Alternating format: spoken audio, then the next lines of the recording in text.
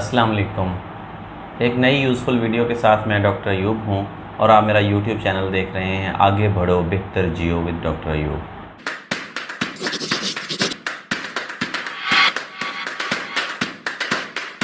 बदकिस्मती से ना तो मुल्की मुआशी सूरत हाल ठीक है और ना ही आलमी मुआशी मंडी में कोई बेहतरी के आसार नज़र आ रहे हैं। हमारी हुकूमत अपने तौर पर बहुत अच्छे से परफॉर्म करने की कोशिश कर रही होगी तमाम तर हालात व वाक़यात को सामने रख के।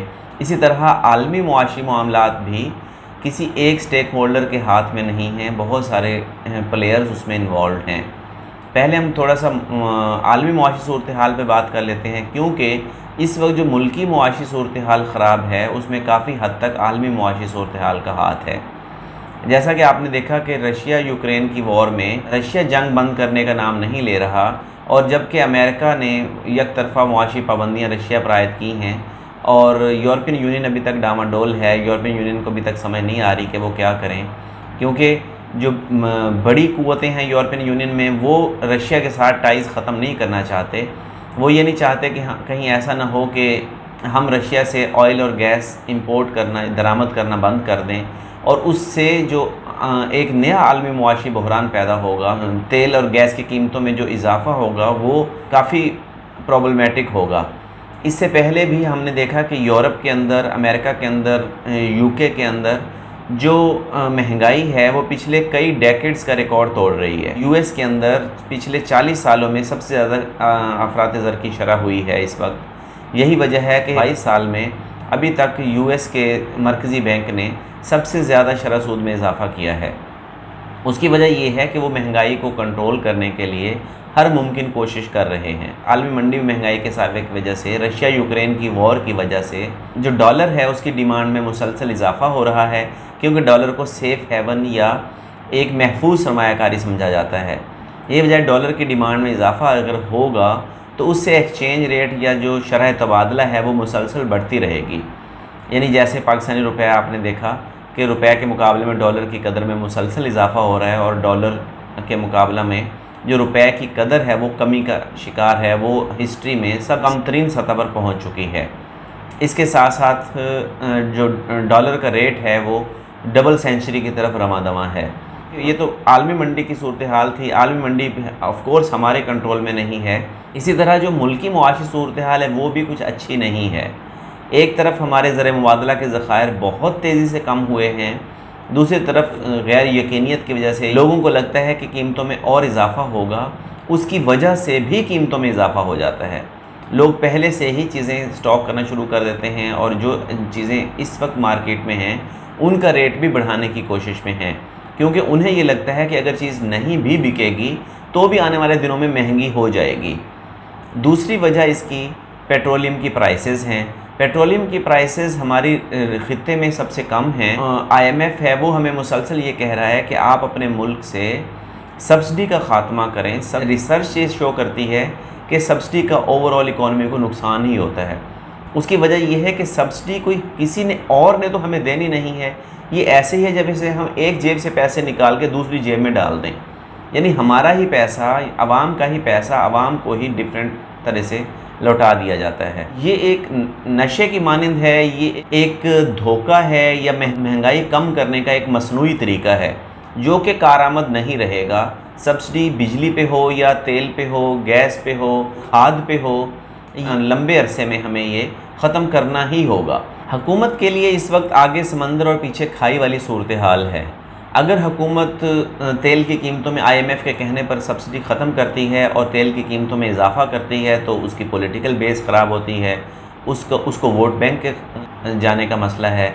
उसकी वजह यह है कि अगर तेल की कीमतों में इजाफ़ा होता है तो उससे हर चीज़ की कीमत में इजाफ़ा हो जाता है। और तारीख़ी तौर पर यह देखा गया है कि कोई भी चीज़ जब किसी एक चीज़ का रेट या कीमत में इजाफ़ा हो जाता है तो उसका कम होना बहुत मुश्किल होता है। यही वजह है कि हुकूमत चाहती है कि पॉलिटिकल बेस यानी उसके सियासी मामलात भी ख़राब ना हों, वोट बैंक भी ख़राब ना हो। लेकिन जितनी तेज़ी से ज़र मुबादला के ज़खायर गिरे हैं और जितनी तेज़ी से शरह तबादला यानी एक्सचेंज रेट में इजाफ़ा हो रहा है, यानी डॉलर की कीमत में इजाफ़ा हो रहा है। अब हम पहले भी अपनी वीडियोज़ में बता चुके हैं कि डॉलर की कीमत अगर बढ़ेगी तो उससे मुल्क में तेल की कीमत बढ़ेगी, क्योंकि मुल्क में पेट्रोलियम जो प्राइसेस हैं इसका तयन दो चीज़ों से होता है, एक तो एक्सचेंज रेट से, दूसरा इसकी जो इंटरनेशनल मार्केट में प्राइस है उससे। अब दोनों चीज़ों में तो इजाफा हो रहा है, यानी इंटरनेशनल मार्केट की प्राइस में भी इजाफा हो रहा है, इसके साथ साथ एक्सचेंज रेट में भी मुसलसल इजाफा हो रहा है। तो नतीजा ये है कि पाकिस्तान में अगर हम तेल की कीमत में इजाफा नहीं करती हुकूमत, तो सब्सिडी के ज़रिए इसको कवर किया जाएगा। और सब्सिडी, IMF कहता है सब्सिडी ख़त्म करो। IMF क्या, हर एक अच्छा इकोनॉमिस्ट यही कहेगा कि सब्सिडी ख़त्म कर दी जाए, क्योंकि अगर सब्सिडी चलती रहेगी ये महंगाई कम करने का मसनूई तरीका है।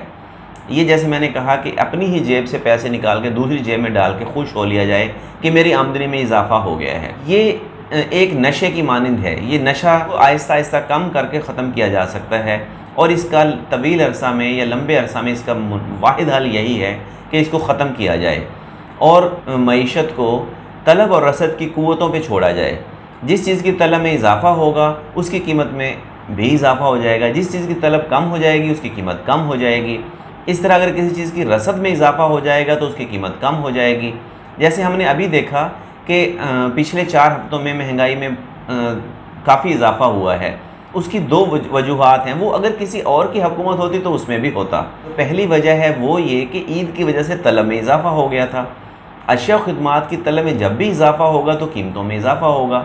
अगर आप मुर्गी का गोश्त ज़्यादा इस्तेमाल कर रहे हैं घरों में ईद के दिनों में, तो मुर्गी की कीमत तो बढ़ेगी। जो मुर्गी सप्लाई करने वाले या मुर्गी चिकन सप्लाई करने वाले हैं उनको भी पता था कि ईद आ रही है, हमने रेट्स बढ़ाने हैं। किसी चीज़ की आप तलब में इजाफा करेंगे तो उसकी कीमत में इजाफा तो होगा, चाहे हुकूमत किसी की भी हो। इस तरह जो चीज़ें हम दरामद करते हैं उनकी कीमतों में भी इजाफा होगा, चाहे हुकूमत किसी की भी हो, क्योंकि शरह मुबादला में इजाफा हो रहा है। दूसरी वजह महंगाई की तवक्कुआत हैं।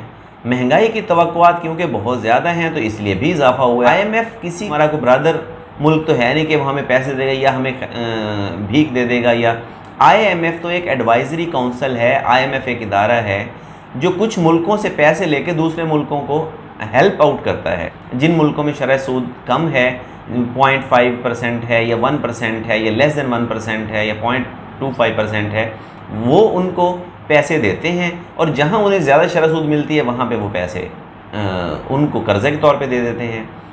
लेकिन साथ में वो ये कहते हैं मुसलसल कि भाई आपने हमारा पहले भी बहुत सारा पैसा देना है। एक तरफ आप हमारा कर्ज़ नहीं लौटाते, दूसरा आप नशा भी साथ करते हैं। अगर आपने नशा नहीं छोड़ना तो आप हमारे पैसे कैसे वापस करेंगे? ये तो बिल्कुल ऐसे ही जैसे हम किसी से पैसे लें और उसका नशा कर लें। तो जो कर्ज़ देने वाला है वो जब दोबारा हम मांगेंगे तो वो यही कहेगा कि भाई आपने पहले वाले पैसे भी वापस नहीं किए, उल्टा आप नशा भी साथ करते हो। अब नशा क्या है? ये सब्सिडी है। इसी तरह वोट को बढ़ाने के लिए आप कीमतें कम करते हैं, नतीजा ये है कि IMF को तकलीफ़ पहुंचती है। अगर कोई नशा कर रहा है तो पैसे वापस नहीं कर सकेगा। एक तरह से वो पैसे वापस कर सकता है अगर वो नशा छोड़कर पैसे कमाना शुरू कर दे, यानी आमदनी के नए तरीके दरियाफ्त करे, अपनी आमदनी को, अपनी क़ुव्वत ख़रीद को बढ़ाने की कोशिश करे। फिर जो कर्ज़ देता है उसे पता चलता है कि यार ये बंदा अब काम कर रहा है, ये अब मेरे पैसे वापस करने की पोजीशन में है। हम मिन हैसुल कौम ना तो काम करते हैं ना ही नशा छोड़ते हैं, और हुकूमतें हमारी अपने वोट बैंक को ज़ाय होने से डरती हैं। यही वजह है जब former prime minister Imran Khan को ये यकीन हो गया कि मेरी हुकूमत अब जाने वाली है तो उन्होंने भी पेट्रोलियम की कीमतों में कमी कर दी। दूसरी उसकी वजह यह भी हो सकती है कि उन्हें ये लगा हो कि मैं रशिया से कम कीमत में तेल परचेज़ कर लूँगा। अगर हम पॉजिटिव सोचें तो ये हो सकता है, अगर हम नेगेटिव सोचें तो उन्होंने एक पॉलिटिकल डिसीजन लिया, तो उन्होंने एक मास्टर स्ट्रोक खेला जो कि अब नई गवर्नमेंट के गले में फ़िट हो गया है। अब नई गवर्नमेंट तेल की कीमतों में इजाफा नहीं करती तो उसको खसारे का सामना है, और ख़सारा अरबों में है, ये तो कई 100 अरब रुपए बन जाता है। तो इसलिए हुकूमत को आगे समंदर पीछे खाई वाली सूरत हाल है। इसी तर्ज के बहरान का सामना करते करते हमारे रीजन का एक मुल्क न सिर्फ दिवालिया हुआ है बल्कि उनके अवाम का मेयार ज़िंदगी भी बुरी तरह मुतासर हुआ है। वहाँ पर महंगाई कमर तोड़ हुई है। नतीजा ये है कि वहाँ के प्राइम मिनिस्टर को इस्तीफ़ा देना पड़ा है। अभी भी मुआशी माहिरीन ये कह रहे हैं कि नई हुकूमत से भी वो कंट्रोल नहीं होगा, क्योंकि वहाँ के अवाम ने भी अपना तर्ज ज़िंदगी नहीं बदला। कुछ हुकूमती सतह पर गलतियाँ थीं और कुछ अवाम की सतह पर थीं। श्रीलंका ही की तरह हमारी मुआशी सूरत हाल बहुत कमज़ोर है। हमारे रिज़र्व्स, हमारे जो ज़र मुबादला के ज़खायर हैं वो तेज़ी से कम हुए हैं। कीमतों में मुसलसल इजाफ़ा हो रहा है। इसके साथ साथ डॉलर की प्राइस बढ़ती चली जा रही है। कोई मुल्क हमें कर्ज़ा देने के लिए तैयार नहीं है। चाइना को हम किसी हद तक नाराज़ कर चुके हैं। उसका नाराज़ होना फितरी बात भी है कि क्योंकि उनके हाईली क्वालिफाइड 3 प्रोफेसर जो मुल्क में हमें तालीम देने के लिए आए थे वो यहाँ पर एक हादसा का शिकार हुए हैं। उससे चाइना ऑफ कोर्स नाराज़ हो गया है और भी वजूहात हैं, लेकिन यह है कि चाइना ने भी किसी किस्म की इमदाद करने से इनकार कर दिया। सऊदी अरेबिया और यूएई से भी कोई ख़ास हेल्प की उम्मीद नहीं रही। वाहिद उम्मीद जो है वो इस वक्त IMF और अमेरिका हैं। अमेरिका की तारीख़ी तौर पर ये स्ट्रेटजी रही है कि वो अपने मुआशी मफादात का तहफ़्फ़ुज़ सबसे पहले करता है। अगर उसे लगा कि मैंने इनको पाकिस्तान को और पाकिस्तानियों को सज़ा देनी है तो वो भी हमें किसी तौर पे मुआशी सपोर्ट नहीं करेंगे।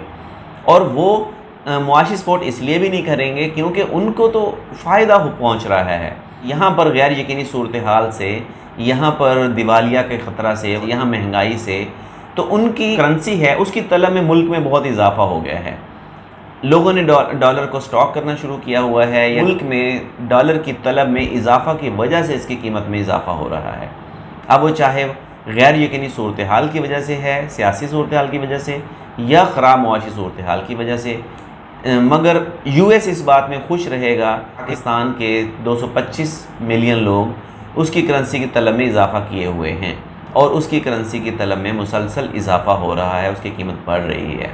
अब हम इसके इलाज की तरफ या इसके हल की तरफ आते हैं। इस वक्त जो स्क्रीन पर आप शॉट देख रहे हैं, ये जर्मनी की हुकूमत ने अपने अवाम से अपील की है, क्योंकि जर्मनी एक ऐसा मुल्क है जहाँ पर मोटरवेज़ पर स्पीड की कोई लिमिट नहीं है। लिमिटलेस मोटरवेज़ हैं वहाँ लिमिट नहीं है। जो आप स्क्रीन पे देख रहे हैं, ये अपील की गई है जो स्पीड है उसको कम रखें, क्योंकि जब हाई स्पीड गाड़ी ड्राइव की जाती है तो उसकी एवरेज कम हो जाती है, जिससे फ्यूल की कंजम्पशन में इजाफा हो गया। तेल की तलब में कमी के लिए ज़रूरी है कि गाड़ियों की स्पीड कम रखी जाए। अगर जर्मन हुकूमत ये अपील कर सकती है तो हम क्यों नहीं कर सकते। ऐसी तमाम अशिया की खपत कम की जाए, कम करने की कोशिश की जाए जिनको हम दरामद करते हैं। मिसाल के तौर पर गैर ज़रूरी तौर पर गाड़ियाँ ना चलाई जाएँ, गैर ज़रूरी तौर पर फ्यूल को कंजम्पशन में ना लाया जाए। इसी तरह और भी बहुत सी चीज़ें जो हम दरामद करते हैं उनकी इस्तेमाल में हद्दुल इम्कान कमी की जाए। ये सबसे पहली मेडिसिन है इस मुआशी बीमारी से निकलने के लिए कि डॉलर की तलब में कमी ज़रूर होनी चाहिए। डॉलर की सप्लाई के दरमियान जो गैप है उसमें कमी सिर्फ़ एक सूरत में मुमकिन है कि हम सप्लाई को बढ़ाएं। ओवरसीज़ पाकिस्तानी से अपील करें कि वो हमारे मुल्क में ज़्यादा एक्सचेंज भेजें, हम एक्सपोर्ट्स बढ़ाने की कोशिश करें। उसके लिए अगर एनर्जी कंज्यूम करनी पड़ती है तो कोई बात नहीं, मगर एक्सपोर्ट्स बढ़नी चाहिए क्योंकि उससे मुल्क में डॉलर की सप्लाई बढ़ेगी। एक दूसरा ये कि हमें जो तरसीलात ज़र हैं हमारे ओवरसीज़ पाकिस्तानीज़ की, वो बहुत हेल्प करती हैं इस सिलसिले में। इमदाद या कर्ज़ अगर कहीं से आसान शराइत में मिल सकता है तो वाज़ी तौर पे ले लिया जाए, मगर आवाम को चाहिए कि डॉलर की तलब में कमी करें, वरना ये मुआशी हालात बहुत बिगड़ जाएंगे। अगर एक्सचेंज रेट कम नहीं हुआ तो महंगाई में कमी को आप भूल जाएं। महंगाई में कमी किसी सूरत नहीं हो सकेगी। दूसरी अहम मेडिसिन जो हम तजवीज़ कर सकते हैं इस मुआशी बीमारी के इलाज के लिए, वो ये कि हम सब को आमदनी के मुतबादल ज़राए की तलाश करनी चाहिए। हम सब को चाहिए कि अगर एक घर में 7 लोग हैं और 2 लोग काम करते हैं तो 7 के 7 को काम करना चाहिए। डिपेंडेंसी कम की जाए। कोई भी काम जो हम कर सकते हैं वो हमें ज़रूर करना चाहिए। हमें ये पता चल गया है कि महंगाई में कमी नहीं होगी तो हमें सर्फ में कमी करनी चाहिए, आमदनी में इजाफ़ा करना चाहिए। आमदनी में इजाफ़ा के लिए हमें आमदनी के मुतबादल ज़राए देखने होंगे। हमें कोई भी ऐसा काम करना होगा जिसमें हमें थोड़ी सी स्किल है। कोई एक स्किल हर किसी के पास होनी चाहिए, कोई एक स्किल में हर किसी को मास्टर होना चाहिए और उससे पैसा कमाने की कोशिश करनी, आमदनी बढ़ाने की कोशिश करनी चाहिए। मोबाइल को गैर पैदावारी मकासद के लिए इस्तेमाल करने की बजाय हमें चाहिए कि हम इसको पैदावारी मकासद के लिए इस्तेमाल करना शुरू कर दें। डिस्ट्रैक्शन फ्री होकर हमें नए नए आइडियाज़ को सोचना चाहिए, नए आइडियाज़ की तलाश करनी चाहिए। अगर फोकस नहीं होगा, अगर डिस्ट्रैक्शन फ्री नहीं होंगे तो कभी भी अच्छा आइडिया नहीं आएगा। और आपको पता है कि आइडियाज़ हमारी ज़िंदगियां बदल सकते हैं। आपने देखा कि ट्विटर का एक आइडिया $44 बिलियन का सेल हुआ है। यानी जो 15 साल पहले डोर्सी ने माइक्रो ब्लॉगिंग का आइडिया, इन 15 ईयर्स जितनी अमाउंट की कमी की वजह से श्रीलंका दिवालिया हुआ है, उतने में वो आइडिया फ़रोख्त हुआ है। इसके अलावा हमने बहुत सारी और भी देखे हैं कि करीम को ऊबर ने $4 बिलियन यानी $4 अरब में ख़रीदा था, वो भी एक आइडिया था। ये आइडिया किसी को भी किसी भी वक्त आ सकता है, किसी को किसी वक्त उसके लिए काम कर सकता है। तो इसके लिए ज़रूरी है कि फ़ोकस किया जाए। हर इंसान के पास कुछ ना कुछ वसाइल होते हैं, उन वसाइल के बेहतर इस्तेमाल से हम अपनी आमदनी को बढ़ा सकते हैं। अगर किसी के पास कुछ भी ना हो, एक कैपिटल की फॉर्म में यानी सरमायाकारी की फॉर्म में ना हो अगर कुछ, तो भी हर किसी के पास, चाहे कोई अमीर हो या गरीब हो, उसके पास 24 घंटे का टाइम एक दिन के अंदर है। अगर हम कुछ नहीं कर सकते, अगर हमारे पास सरमायाकारी नहीं है, अगर हमारे पास वसाइल नहीं है, तो ये एक ऐसा ज़रिया है, ये एक ऐसा रिसोर्स है जिसको हम इफ़ेक्टिवली यूटिलाइज़ करके, जिसकी मैनेजमेंट सीख कर, जिसको अच्छे से इस्तेमाल करके हम अपनी आमदनी बढ़ा सकते हैं। मगर शर्त यही है कि गैर पैदावारी मकासद पर अपना टाइम, अपनी एनर्जी, अपना सरमाया खर्च करने के बजाय इनको पैदावारी मकासद के लिए इस्तेमाल किया जाए। अगर किसी के पास सरमायाकारी ना हो, मगर जो 24 घंटे टाइम का जो रिसोर्स है, इसको इफ़ेक्टिवली यूटिलाइज़ किया जाए, जंप्स लेने की कोशिश ना की जाए, स्टेप बाय स्टेप चलें, एक एक स्टेप रोज़ाना उठाएं और उससे अपनी आमदनी में इजाफे की कोशिश करें। मैंने देखा हमारी यूनिवर्सिटी के अंदर भी बहुत सारे बच्चे सारा दिन, चाहे गर्मी हो या कैसा भी शदीद मौसम हो, वो टिकटॉक बनाने की कोशिश करते हैं। टिकटॉक से वायरल होने की प्रोबेबिलिटी बहुत कम है, क्योंकि अगर 10 मिलियन लोग टिकटॉक बना रहे हैं तो उनमें से 1 या 2 की वायरल हो सकती है। यही मेहनत आपके पास जो स्ट्रेंथ का एरिया है, जो आपकी स्ट्रेंथ है, उसमें की जाए, बजाय इसके कि ओछी ओछी हरकतें टिकटॉक पे रिकॉर्ड करके अगर कोई समझता है कि मैं इससे वायरल हो जाऊंगा तो उसका चांस 10 लाख में 1 है। लेकिन अगर कोई मेहनत की जाए, किसी जो भी आपको आता है काम, जो भी आपकी स्किल है, चाहे आपको एक बिजली का कोई इंस्ट्रूमेंट ही ठीक करना आता है, तो उसका चांस काफ़ी ज़्यादा है अगर आप वो लोगों को सिखाने लग जाएं, वो लोगों को बताने लग जाएं, या उसके लिए अगर आप काम करना शुरू कर दें कहीं बैठ के। जब तक मुल्की हालात हमारे कंट्रोल में नहीं है, यानी जो हुकूमत के करने का काम है वो हुकूमत को करने दिया जाए, जो बैनुल-अक़वामी ताकतों का काम है वो बैनुल-अक़वामी ताकतें करें। रशिया हमारे कंट्रोल में नहीं है, सऊदी अरेबिया हमारे कंट्रोल में नहीं है, यूएस हमारी एक्सेस में नहीं है। उनकी अपनी एक स्ट्रेटजी है, उनका अपना एक निज़ाम है, उनका अपना ब्रेन है, वो अपने तौर पे अपने मुआशी मफादात का तहफ़्फ़ुज़ करने के लिए वो काम करते रहेंगे। रशिया जंग लड़ रहा है तो अपने मुआशी मफादात का तहफ़्फ़ुज़ करने के लिए लड़ रहा है, यूक्रेन रिटेलिएट कर रहा है तो वो अपने मुआशी मफादात का EU इस सारे चक्कर में फंसा हुआ है, तो EU अपने मुआशी मफादात के लिए काम कर रहा है। हमें भी चाहिए कि हम अपने मुआशी मफादात को सामने रख के काम करें। अगर हम मैक्रो चेंज की तरफ नहीं जा सकते तो फिर हमें माइक्रो चेंज की तरफ आना चाहिए। माइक्रो चेंज के मैंने आपको वेज़ बताए हैं कि हमें अपने टाइम को इफ़ेक्टिवली इस्तेमाल करना चाहिए, हमें ज़्यादा मेहनत करनी चाहिए, ज़्यादा काम करना चाहिए, जो काम हमारा प्राइम रिस्पॉन्सिबिलिटी का है उसको पूरे फोकस के साथ किया जाए, शॉर्टकट की बजाय मेहनत पर यकीन किया जाए। यानी जो फारिग टाइम है उसको डिस्ट्रैक्शन फ्री करके उसमें नए आइडियाज़ की तलाश की जाए, नए आइडियाज़ को गौर व ख़ौज़ किया जाए, सोचा जाए। फिर अगर कोई आइडिया एग्जीक्यूटेबल या इम्प्लीमेंटेबल हो तो किसी अपने मास्टरमाइंड ग्रुप से, किसी सीनियर से उसको डिस्कस करके उसको एग्जीक्यूट किया जाए, यानी उसको काबिल अमल बनाया जाए, बजाय इसके कि वो दिमाग में ही फौत हो जाए। आप ज़्यादा काम करेंगे, अगर आपके घर में ज़्यादा लोग कमाने लग जाएंगे तो आपको भी फ़ायदा होगा और मुल्क को भी फ़ायदा होगा, क्योंकि एक मुआशी एक्टिविटी उससे जनरेट होगी। उससे हमारी ना सिर्फ हमारी ज़ाती आमदनी बढ़ेगी बल्कि मजमूई पैदावार यानी है वो भी इंक्रीज़ करेगा।